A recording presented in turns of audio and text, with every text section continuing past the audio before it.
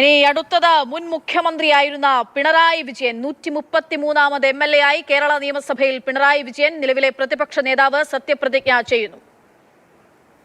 പിണറായി വിജയൻ എന്ന ഞാൻ നിയമസഭയിലെ ഒരു അംഗമായി തിരഞ്ഞെടുക്കപ്പെട്ടിരിക്കുന്നതിനാൽ നിയമം വഴി സ്ഥാപിതമായ ഭാരതത്തിൻ്റെ ഭരണഘടനയോട് ഞാൻ നിർവ്യാജമായ വിശ്വസ്തതയും കൂറും പുലർത്തുമെന്നും ഞാൻ ഭാരതത്തിൻ്റെ പരമാധികാരവും അഖണ്ഡതയും നിലനിർത്തുമെന്നും ഞാൻ ഏറ്റെടുക്കുവാൻ പോകുന്ന കർത്തവ്യം ഞാൻ വിശ്വസ്തയോടുകൂടി നിർവഹിക്കുമെന്നും സഗൗരവം പ്രതിജ്ഞ ചെയ്യുന്നു.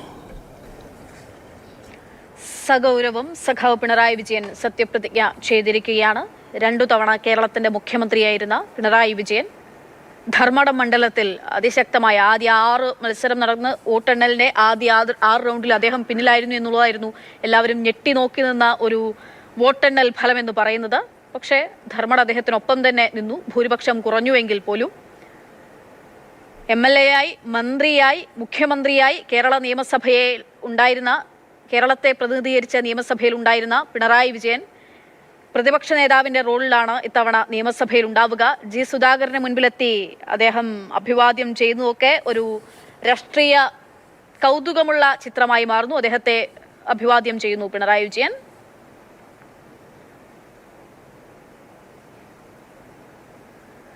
തുടർച്ചയെന്ന് കേരളം LDF ഒരുപോലെ പ്രതീക്ഷിച്ചിരുന്നു ഇത്തവണയും തുടരുമെന്നുള്ളത്. പക്ഷേ തുടർച്ചയ്ക്കുണ്ടായില്ല. പിണറായി വിജയൻ പ്രതിപക്ഷ നേതാവിന്റെ റോളിലേക്ക് എത്തുന്നു. പോളിറ്റ് ബ്യൂറോ അംഗമാണ് CPM-ന്റെ. വളരെ രാഷ്ട്രീയ കൗതുകം നിറഞ്ഞ ദൃശ്യത്തിനാണ് ഇപ്പോൾ കേരള നിയമസഭ സാക്ഷ്യം വഹിക്കുന്നത്. വിസ്മയം എന്ന പേരിൽ UDF അവതരിപ്പിച്ച ജി സുധാകരൻ പ്രോം ടൈം സ്പീക്കറായിരിക്കുമ്പോൾ അദ്ദേഹത്തിന് കൈ കൊടുത്തുകൊണ്ട് പിണറായി വിജയൻ ഇതാ MLA ആയി ഈ സഭയിൽ സത്യപ്രതിജ്ഞ ചെയ്ത് കടന്നു പോകുന്ന വളരെ രാഷ്ട്രീയ കൗതുകം നിറഞ്ഞ ദൃശ്യത്തിനൊക്കെ സാക്ഷ്യം വഹിക്കുന്നു. ഇനിയേറെ കൗതുകങ്ങൾ ബാക്കിയുണ്ട് എന്നുള്ളത് മറ്റൊരു യാഥാർത്ഥ്യം.